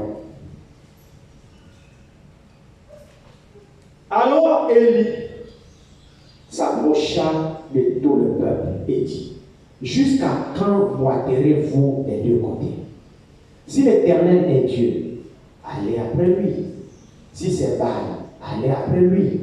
Le peuple ne lui répondit rien. Et Élie dit au peuple: je suis resté seul des prophètes de l'Éternel, et il y a 450 prophètes de Baal. Que l'on nous donne 2 taureaux, qu'ils choisissent pour eux l'un des taureaux, qu'ils le coupent par morceaux et qu'ils le placent sur le bois, sans y mettre le feu. Et moi, je préparerai l'autre taureau et je le placerai sur le bois sans y mettre le feu. Puis invoquez le nom de votre Dieu, et moi j'invoquerai le nom de l'Éternel. Le Dieu qui répondra par le feu, c'est lui-là qui sera Dieu. Et tout le peuple répondit en disant: c'est bien. Et il dit aux prophètes de Baal: choisissez pour vous l'un des taureaux, préparez-le les premiers, car vous êtes les plus nombreux. Et invoquez le nom de votre Dieu, mais ne mettez pas le feu. Et ils prirent le taureau, comme leur donnant, et le préparèrent. Et ils invoquèrent le nom de Baal. Depuis le matin jusqu'à midi, en disant: Baal, réponds-nous. Mais il n'y eut ni voix, ni réponse. Et ils sautaient devant l'autel qu'ils avaient fait. À midi, Élie se moqua d'eux. Élie cria à haute voix, puisqu'il est Dieu. Il pense à quelque chose, où il est occupé, où il est en voyage, peut-être qu'il dort et il se réveillera. Et il criait à haute voix. Et ils se firent selon la coutume des institutions, avec des épées, avec des lances, jusqu'à ce que le sang coule sur eux. Lorsque midi fut passé, ils prophétisèrent jusqu'au moment de la présentation de l'offrande. Mais il n'y eut ni voix, ni réponse, ni signe d'attention. Élie dit alors à tout le peuple: approchez-vous de moi. Tout le peuple s'approcha de lui. Et Élie rétablit l'autel. Vous voyez où le premier rétablissement a eu lieu? C'était Élie. À quel moment? Pendant un temps de confusion, quand Israël était confus, les gens avaient abandonné l'Éternel. Il y avait des églises partout. On adorait n'importe où, n'importe comment. Le peuple avait abandonné Dieu. Quand on partait dans les églises, c'est seulement les mariages, les prospérités, mais ceci. Les gens ont abandonné l'Éternel. Quand vous arrivez dans les églises, c'est des fausses prophéties. C'est des pauvres, amène le sel, amène la bouteille d'eau, amène le bidon d'eau, amène ceci, amène cela. C'est ce qu'il y a dans les églises aujourd'hui. Il n'y a plus la parole où Dieu confirme. C'est un temps de confusion comme on a aujourd'hui. À quel moment Dieu a envoyé Élie? Dans le moment où Israël avait abandonné Dieu. C'est dans le moment où les églises ont abandonné Dieu. Ils enseignent leurs enseignements. Ils enseignent les enseignements dans les séminaires. Il n'y a plus la vraie parole de Dieu. Dieu n'occupe plus la première place dans les cultes. On prêche pour l'argent, on prêche pour ceci, amenez l'argent, amenez ceci. C'est vrai. C'est parce que c'est pas un endroit approprié pour ça. Je vais vous faire écouter une vidéo. Où aujourd'hui on vous exploite votre argent dans les églises. Oui, monsieur. Oui, merci. Amenez la corbeille, amenez, j'ai besoin de 3 millions, tout de suite là, j'ai besoin de 3 millions. Sortez-moi 3 millions, vous avez l'argent. Il a la corbeille, chacun vient. Vous venez en rang, tu donnes 10 000, il prend. Là, tous la main du prophète, tous la main, mets l'argent dans la main le prophète met l'argent, touche. C'est une bénédiction que tu touches le prophète ce matin. Et les gens là touchent le prophète, ressortent pas de changement. De fausses prophéties. Mais où est Dieu?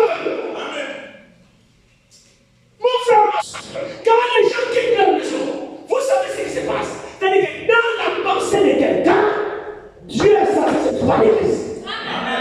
Nous avons tous des problèmes. Quand tu quittes dans ta maison, vous savez, quelqu'un à un moment donné est fatigué, il boit son vin, il fait sa vie, après il est fatigué, et il dit non, maintenant je dois aller à l'église.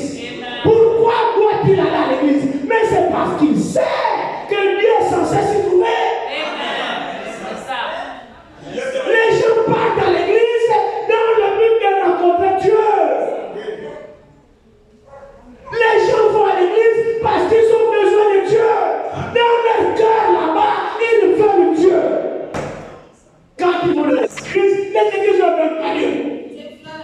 Au contraire, ils s'en ils viennent avec les problèmes, ils retournent avec les problèmes.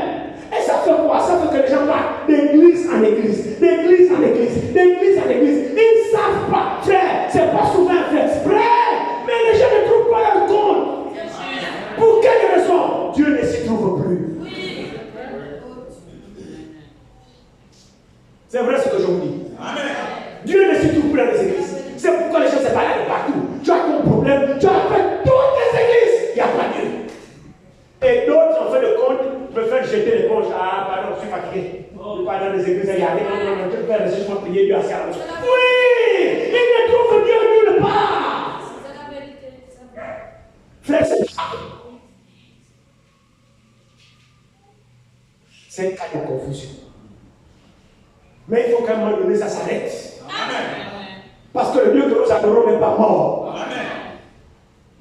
Frère, c'est vrai. Dieu est vivant. Amen. Il est réel. Amen. Il existe. Amen. Il agit. Amen. Il parle. Amen. Il se manifeste.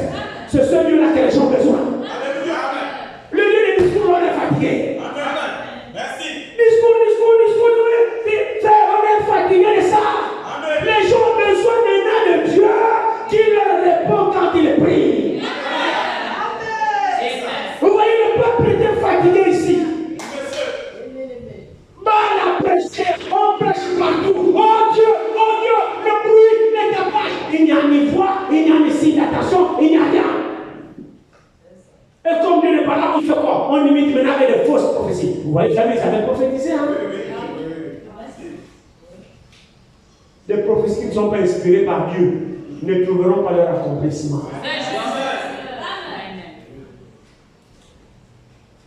C'est un temps comme celui-ci. Vous avez besoin de Dieu, non? Amen. Le Dieu que vous adorez dit. Amen. Il est capable d'agir. Il parle encore aujourd'hui. Vous avez besoin de voir, non? Amen. Alléluia. Pourquoi? Parce que les choses sont sans dessus-dessous. Les choses sont renversées. On enseigne à la place de la parole de Dieu les commandements d'ordre. C'est clair. Amen.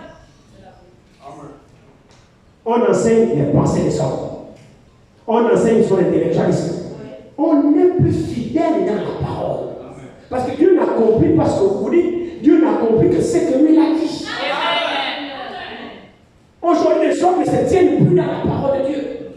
Ici, c'est au nombre de 450 prophètes de Baal et 400 prophètes d'Astarté. Ça fait au total 850 prophètes. Ils étaient nombreux, hein? Mais tous des menteurs. Personne n'avait Dieu. Et il était resté seul. Alors c'est là où Dieu a envoyé Élie. Et regardez ce que Dieu a fait ici au travers d'Élie. On va lire ça ici. Lorsque Élie fut passé, ils prophétisèrent jusqu'au moment de la présentation de l'offrande. Mais il n'y eut ni voix, ni réponse, ni signe d'attention. Et il dit alors à tout le peuple, approchez-vous de moi. C'est terminé maintenant. Amen. Quand nous nous approchons des noms de Dieu, on s'approche de Dieu. Amen. Approchez-vous de moi. Regardez très bien attentivement maintenant. Tout le peuple s'approcha de lui. Et Élie rétablit l'autel de l'Éternel qui avait été renversé. L'explication est là. On n'interprète rien. Lisons seulement la parole qui s'interprète elle-même. Verset 11 dit ici. Verset 31. Il prit 12 pierres d'après le nombre des tribus des fils d'Israël, auquel l'Éternel avait dit, Israël sera ton nom. Voici l'explication des 12. Il bâtit avec ses pierres un autel au nom de l'Éternel. Et il fit autour de l'autel un fossé de la capacité de 2 mesures de sémence. Il arrangea le bois, coupa le taureau par morceaux et le plaça sur le bois. Puis il dit, remplissez d'eau 4 cruches et versez-les sur l'holocauste et sur le bois. Et il dit, faites-le une deuxième fois. Et il fit une deuxième fois. Il fit une deuxième fois. Et il dit, faites-le une troisième fois. Et il le fit une troisième fois. L'eau coula autour de l'autel et l'on remplit aussi d'eau le fossé. Au moment de la présentation de l'offrande, Élie le prophète s'avança et dit, Éternel, Dieu d'Isaac et d'Israël, que l'on sache aujourd'hui que tu es Dieu en Israël et que je suis ton serviteur. Amen. Et que j'ai fait toutes ces choses par ta parole. Amen. Mon frère, il n'y a plus beaucoup de serviteurs de Dieu qui peuvent adresser une telle prière. Parce que ça, ce n'est pas une prière réservée aux aventuriers. Là, tu demandes à ce que Dieu descende pour te confirmer. Amen. Vous ne trouverez pas beaucoup de serviteurs de Dieu qui pourront faire une telle prière comme ça. Là, il appelle Dieu sur scène. Et il dit que tout le monde sache aujourd'hui que tu es Dieu en Israël. Et que moi, je suis ton serviteur. Et que j'ai fait tout ceci d'après ta parole. Amen. Mon frère, ma soeur, vous ne trouverez plus beaucoup d'hommes de Dieu aujourd'hui qui peuvent dire ça. Amen. Trouvez un homme de Dieu aujourd'hui qui se tient devant le peuple et qui vous dit, Dieu m'a envoyé et m'a dit telle chose. Frère, ils sont rares. Amen. Nous sommes tous des serviteurs de Dieu.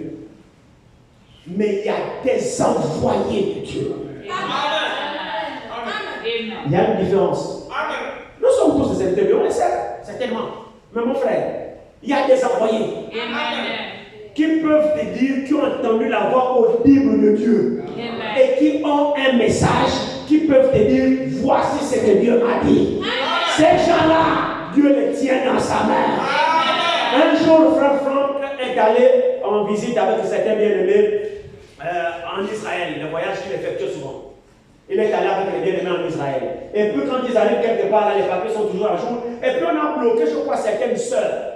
Les policiers, ils ne sont pas laissés entrer. Ils ont dit, on ne rentre pas, vous retourner chez vous. Frère Franck était déjà devant avec l'autre groupe. On a rappelé la chose à Franck. Oh, frère Franck, il y a des bien-aimés qui ont des difficultés. Ils disent qu'ils ne rentrent pas, on doit les renvoyer chez eux. Frère Franck dit, ah bon? Il dit oui. Frère Franck a dit, ça va être aujourd'hui la première fois que le Dieu d'Israël va m'attendre. Franck est retourné là-bas.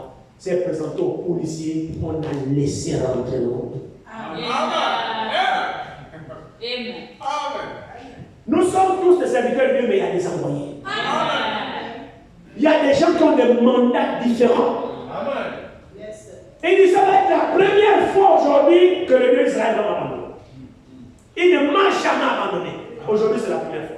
Ce peuple est sous ma conduite. Comment? Il s'est présenté, il a parlé aux policiers. Les policiers qui ont signé qui ne rentrent pas. Quand Franck s'est présenté, Franck les a parlé, qu'ils soient avec moi. On a ouvert la porte à Il y a des envoyés de Dieu, mon frère. Amen. Quand il dit, approchez-vous de moi. Nous découvrons alors que quand on s'approche d'un homme de Dieu, alors on s'approche de Dieu. Amen. Mais vous devez d'abord les identifier. Amen. Parce qu'il y a beaucoup qui se disent hommes de Dieu, mais qui ne l'argent. Quel est leur mandat? Quelle est leur mission? Élie ici, il se présente.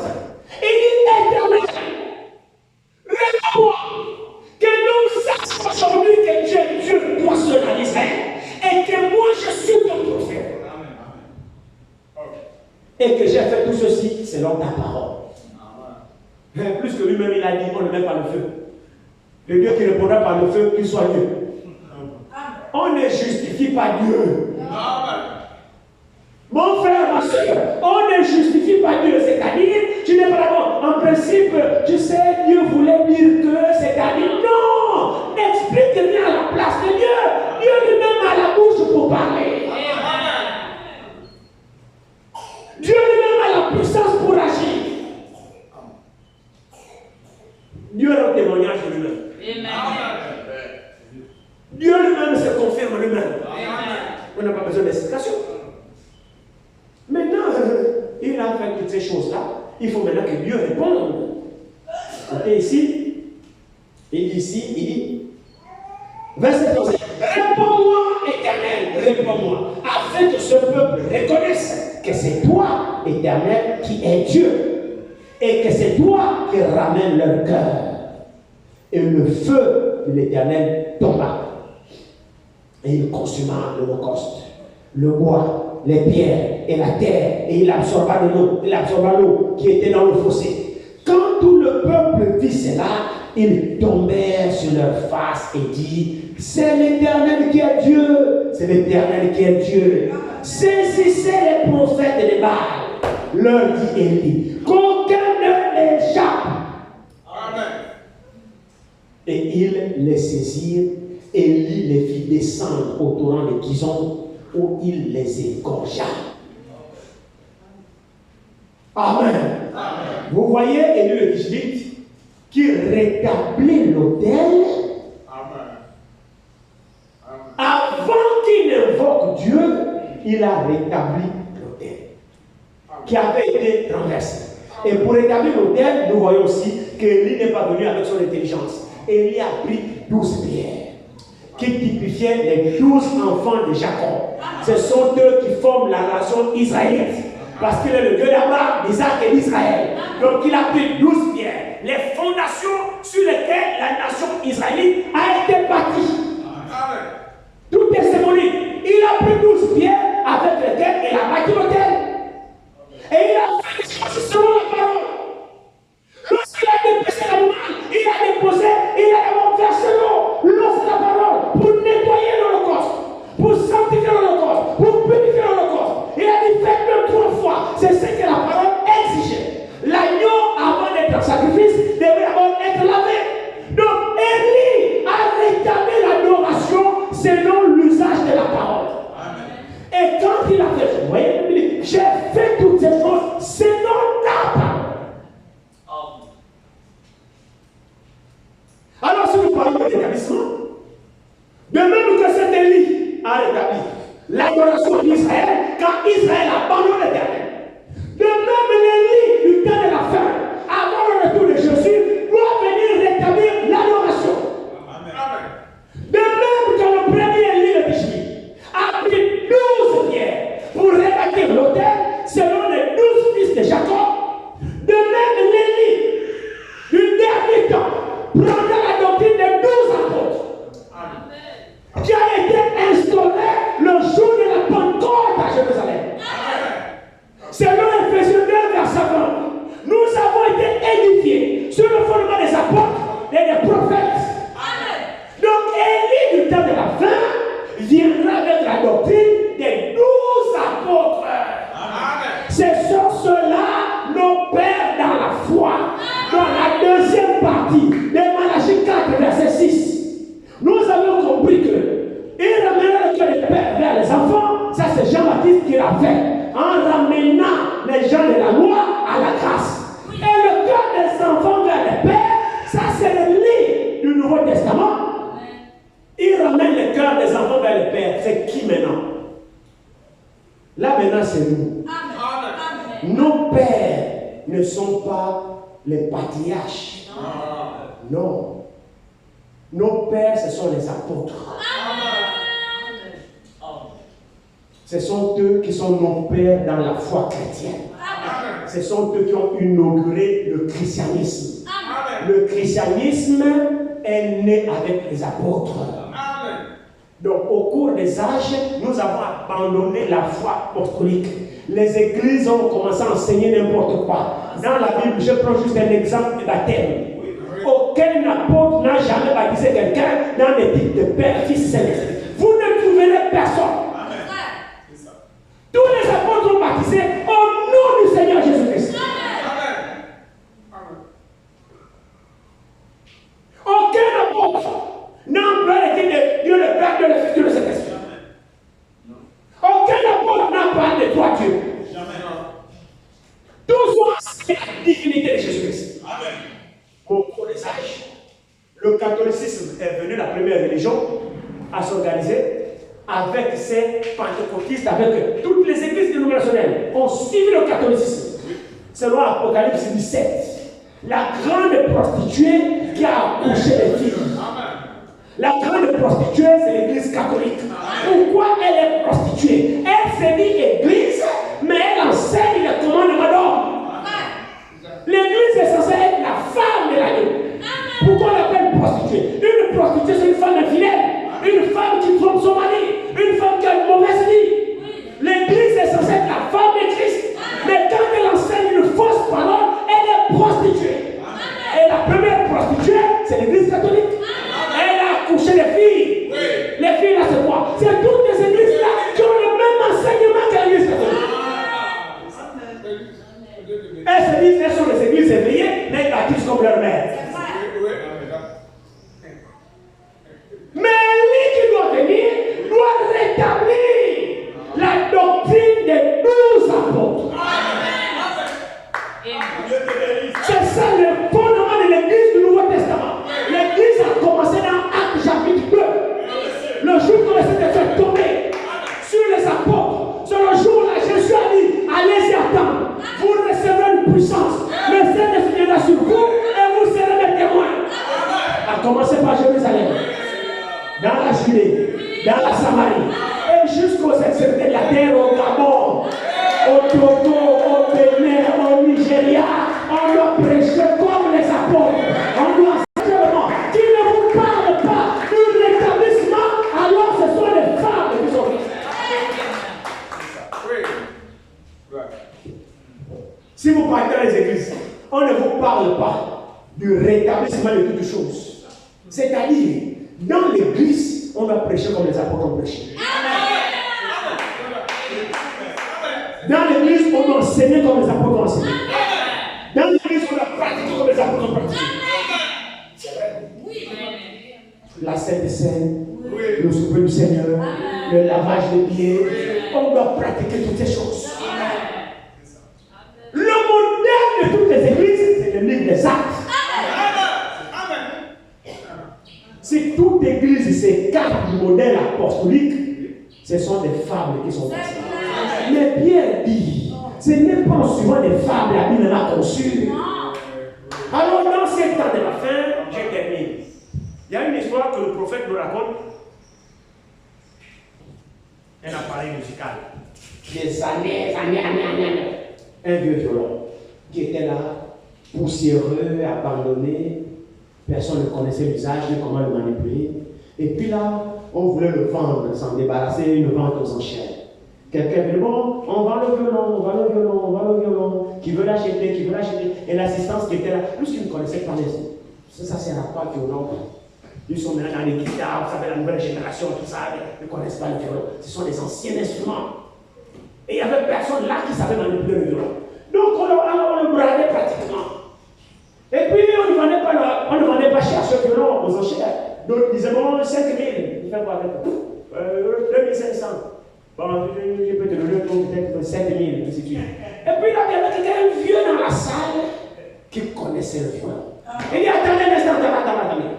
Le monsieur là s'est frayé un chemin, il est arrivé. Il dit, faites-moi voir ce violon-là. Il a pris le violon. Il a dépoussiéré. Il s'est assis. Il a plaqué. Blanc. Quand il plaque, le son qui sort du violon. L'assistant dit, hein? C'est l'appareil là qui donne le son là. Il a commencé à plaquer, jouer l'adoration. Les gens étaient transportés. Ils ont dit, oh, mais donc cet appareil donne un son comme ça. Le gars a déposé le violon, il est allé s'asseoir. Le vendeur aux enchères a dit, qui veut l'acheter le violon? Le violon en un instant est devenu hors de prix. Il est passé de 5 000 au million. J'ai même 200 000, non, pas 500 000, moi 1 million, moi 2 millions, moi 5 millions, moi 2 millions. Pourquoi? Le violon a été valorisé. Il était là, personne ne connaissait l'importance de ce instrument. Il fallait quelqu'un qui connaisse le violon, qui vienne donner la valeur au violon pour que le violon prenne sa valeur. Et même les temps dans lesquels nous sommes aujourd'hui, spirituellement parlant, cette Bible était poussiéreuse. C'est vrai, frère. La Bible était poussiéreuse. C'était des théologiens qui venaient gratter, raconter des histoires. Mais autant de soir, avant le retour du Seigneur, un prophète doit venir prendre le violon, le nettoyer, le dépoussiérer et nous donner la révélation. Il est venu crucifier la Bible pour dire que Jésus-Christ est le même. Les églises disaient que les paroles des apôtres sont morts. Quand Élie est venu, il a dit, oh, mais il est le même. Alléluia. Aujourd'hui, frère, la Bible a repris son pouvoir, a repris son droit. Aujourd'hui, on peut la prêcher dans toute sa véracité. Aujourd'hui, tu peux vivre les Écritures et voir ces Écritures s'accomplir dans ta vie.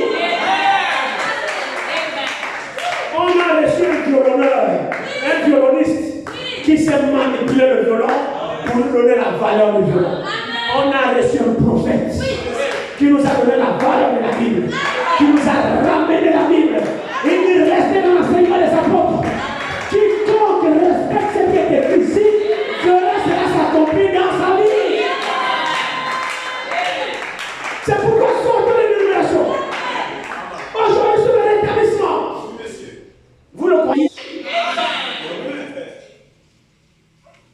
Nous avons eu un violoniste au temps de la fin qui nous a donné la valeur de ça aujourd'hui. Nous savons que la Bible est Jésus-Christ manifesté sous forme écrite. De la Genèse à l'Apocalypse, on parle de Jésus. Donc, tout enseignement, mon frère, ma soeur, vous qui partez dans ces églises, si on vous enseigne des pratiques que les apôtres n'ont pas faites, ce sont des femmes. Et vous entendez le retour du Seigneur en vain. Ça ne vous concerne même pas. Parce que vous êtes déconnecté de lui. Alléluia. Nous devons rétablir tout. Y compris même l'heure de l'arrivée du culte. Tout ça, c'est le rétablissement. Là, il n'y a pas beaucoup d'amen. Amen ou pas, je prêche. Même l'heure du début du culte, c'est le rétablissement de toutes choses. On a dit toutes choses. Jésus restera au ciel jusqu'au temps du rétablissement de toutes choses. Nous qui attendons ce retour, mais il faut que tout soit rétabli parmi nous qui attendons. Rétablir quoi? Notre adoration. Rétablir quoi? Notre scène. Rétablir quoi? Notre foi. Rétablir quoi? Notre amour. Alléluia. Tout doit être rétabli. La Bible, la multitude de ceux qui croyaient n'était qu'un cœur et une seule âme. Tout ça, ça doit être rétabli dans l'église. Notre rapport entre nous, on doit s'aimer comme les autres apôtres. L'église n'a pas commencé avec nous. Le rétablissement de toutes choses. Voici l'église qui attend le retour de Jésus. Voici que ceux qui seront concernés par l'enlèvement. C'est ceux qui sont rétablis dans tout. Nous avons écouté tout à l'heure. Franck. Il est allé jusque dans les foyers. Hein? Jusque dans les foyers. La place du mari, la place de la femme, la place des enfants. Et il a dit que si dans le foyer, tout n'est pas en règle, au niveau de l'église, rien ne sera en règle.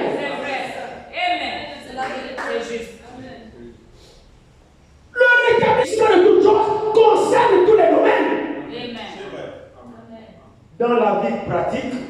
dans la vie conjugale, entre les enfants et les parents, tout le monde, entre le voisinage, le rétablissement de toutes choses. Amen. Ça doit être le message de l'heure. Amen. Donc chacun marchant doit regarder sa foi si elle est rétablie. Il ne s'agit pas d'une nouvelle foi que tu vas fabriquer. Non. Non. On ne demande pas de fabriquer une foi. Bon, à partir d'aujourd'hui, je vais me comporter comme ça. Ce n'est pas ce qu'on t'a demandé. Personne t'a dit ça. Mais il s'agit pour toi de regarder ta foi. Est-ce que ta foi est en ordre avec les premiers chrétiens? Mais que tu dis par exemple qu'ils étaient chaque jour assidus au temple. Nous ne sommes pas chaque jour ici. On n'a que 3 jours dans la semaine. Très bien. Tu es assidu dans les jours là au temple. Regarde-toi ta foi. Mon frère, quand on dit ramener les cœurs, c'est-à-dire nos cœurs, notre manière d'adorer. Le cœur, c'est la place dans laquelle Dieu doit loger. Et un cœur que Dieu a gagné, le cœur là placera Dieu en priorité. Amen. C'est la vérité. Vous êtes d'accord avec ça? Amen. Mais c'est vrai. Nos cœurs doivent être connectés à Dieu. Dieu doit passer en premier avant toute chose. Si ce n'est pas ça, c'est que tu n'es pas encore rétabli. C'est juste. On doit être rétabli. Vous voyez l'épouse qui doit partir. Je termine par ça. L'épouse qui doit partir, je ne vais pas lire, ne vous inquiétez pas. L'épouse qui doit partir se trouve dans l'Apocalypse chapitre 12. C'est une image. Là, il vu une épouse là, une femme, avec le soleil et la lune couronnée de 12 étoiles. Apocalypse 12. C'est ça l'épouse du Christ. Amen. Avec la doctrine que les 12 étoiles sont les 12 apôtres. Mon frère, ma soeur, tout ce qu'il y a eu avec les apôtres, c'est la première église que Jésus a établie. Ni plus, ni moins. Parce qu'il est le commencement et il est la fin. Amen. Regarde ce milieu de Christ. Regarde ce qui se passe au milieu de nous. Est-ce qu'on peut se tenir par les apôtres, par l'écriture, les manifestations apostoliques? Pierre a dit, je n'ai ni or ni argent, ce que j'ai, je te le donne. Au nom de Jésus, lève-toi et marche. Ce sont les apôtres, non? Ça se passe parmi nous. Vous voyez comment nous sommes loin du compte? Pierre a fait quoi? Pierre a dit, ce que j'ai, c'est pas bon, je pense avoir, je suis un frère. Non, là, je crois que j'ai senti quelque chose là, non, je crois que là, j'ai reçu le Seigneur. Il ne s'agit pas de ce que tu sens. C'est ça.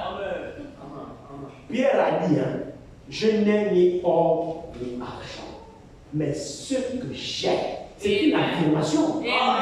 Pierre pouvait être dépourvu d'or, il pouvait être dépourvu d'argent, mais il avait la certitude qu'il possédait Jésus. Donc vous voyez qu'il ne s'agit pas de savoir, je pense que je l'ai reçu. Non, je pense que le jour là, quand j'ai fait le rêve là, je crois que c'est lui. Hein, parce que le songe là, j'ai vu quelqu'un en blanc. Je pense que c'est lui. Oui. Après que tu as fait le songe là, tu as vu quelqu'un en blanc. Comment se passe ta vie jusqu'à maintenant? C'est ça. Amen. C'est ça. Il ne s'agit pas de penser, il s'agit de le posséder. Amen. Ce n'est pas une illusion. Je pense que non, on ne pense plus. Il s'agit de dire je l'ai. Amen. Amen. Que Dieu vous bénisse. Amen. Amen.